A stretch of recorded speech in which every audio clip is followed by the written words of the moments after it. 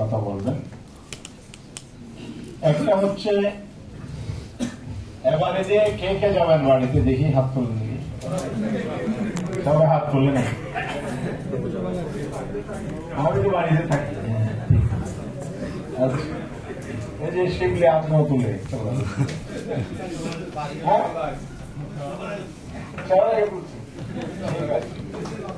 তাহলে শতভাগ আমরা বাড়ি যাবো ইনশাআল্লাহ।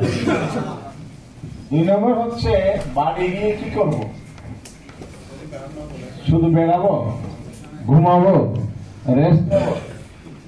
এবারে বাড়ি যাওয়ার প্রোগ্রাম হচ্ছে প্রত্যেকে একটা পরিকল্পনা নেবেন, কোন আত্মীয় স্বজনের বাড়ি যেন বাদ না যায়। যেতে না হলে ফোন করে হলো খোঁজ নিবেন, প্রতিবেশীর জন্য কিছু হলেও করবেন। কয়টা কথা বললাম? আত্মীয় আর এই দুটি কাজ যেন বাদ না পড়ে, খোঁজ নেবেন। গরিব যারা আছে তাদের জন্য কিছু করে আসবেন ইনশাআল্লাহ। তৃতীয় হচ্ছে ঈদে বাড়ি গিয়ে এলাকার কিছু আপনার আশেপাশে আপনি যেখানে ভোট দেবেন, ভোট তৈরি, এই জন্যই কিন্তু যাওয়ারটা সেবার কাজটা দেয়। ভোট তৈরির জন্য দাওয়া দেব সেবার কাজ, আর ভোট রক্ষার জন্য হলো এলাকায় যারা ভোটের প্রভাবক, নিয়ন্ত্রক, তাদের সাথে একটু সাক্ষাৎ করবেন, সুসম্পর্ক করবেন, এরপর তাদের সাথে মত বিনিময় করবেন, বেড়াবেন, আড্ডা দিবেন। লাভ কি? আপনি যখন ভোট কেন্দ্রে দাঁড়াবেন সে অন্তত ওই সম্পর্ক কারণে একটু লজ্জাবোধ করবে। শুকুন একটা কথা আছে, বুঝাচ্ছে? কোন বিরোধিতা আমরা রাখবো না, সব বিরোধিতাকে আমরা নিউট্রালাইজ করে ফেলবো ইনশাআল্লাহ। পক্ষে আনতে না পারলে যদি অন্তত নিরপেক্ষ করা যায়, বিরোধিতার ধারও যদি কমানো যায়, তাহলে আমি থাকবো। কাজ পাইছেন কিনা? হ্যাঁ। 3 নম্বর হচ্ছে এখানে যারা থাকেন ইউনিয়ন ভিত্তিক অন্তত মাসে 2 মাসে একবার বসবেন। আপনার কি করবেন? বসবেন কিনা? বসতে পারবেন? 3-4 জন হাত তুলে ভোট পারবেন না? পারে হতো না হিসাব। তাইলে আমরা ভোট কি করিবেন দেয়, শুধু যার যার কেন্দ্র লোকের আলোচনা করবেন। বুঝা গিয়ে কিনা?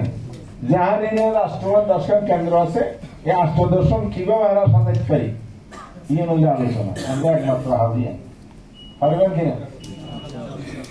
ভোট পারবেন তো? আলোচনা করে চলবেন তো?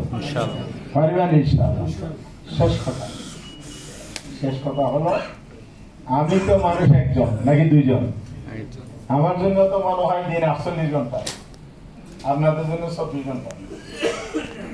এটা জবাব দেন না কেন? 24 ঘন্টা। আমি যখন নির্বাচনের কর্মী ছিলাম, এ ধরনের মিটিং এ শুনতাম, আগে যারা প্রার্থী ছিলেন, সংগঠন চালাইছেন, আমরা সবাই এক একজন প্রার্থীর ভূমিকা পালন করব। এই বক্তৃতা কি শুনছেন আপনারা? এই জন্য আমার উপর দায় দিচ্ছেন, এটা আলহামদুলিল্লাহ। কিন্তু আপনি কি আপনার পাশের গ্রামের প্রতিবেশীর খবরটা নিয়মিত রাখেন? আপনি এটা রাখেন, ইনশাল্লাহ আমিও রাখতে পারবো। কেন আমরা রাখার মাধ্যমে কিন্তু আমাদের হয়ে যায়। তবে বাঁশি যখন বাজবে, খেলা তুমুল হবে ইনশাআল্লাহ। কথা বুঝে গেছে? আর এবার আমি সব জায়গায় বলতেছি, কেন্দ্রের যার যারটা তাকে কন্ট্রোল করতে হবে।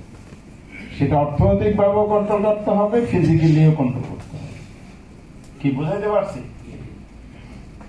কারণ আমরা বড় বড় কাজে কিন্তু সহযোগিতার জন্য প্ল্যান করব। এবার কিন্তু বড় বড় কিছু কাজ হবে, এই যে আপনারা যেগুলো বলছেন। এই জন্য চ্যালেঞ্জ মোকাবেলার জন্য আমাদেরকে চ্যালেঞ্জ বেশি নিতে হবে।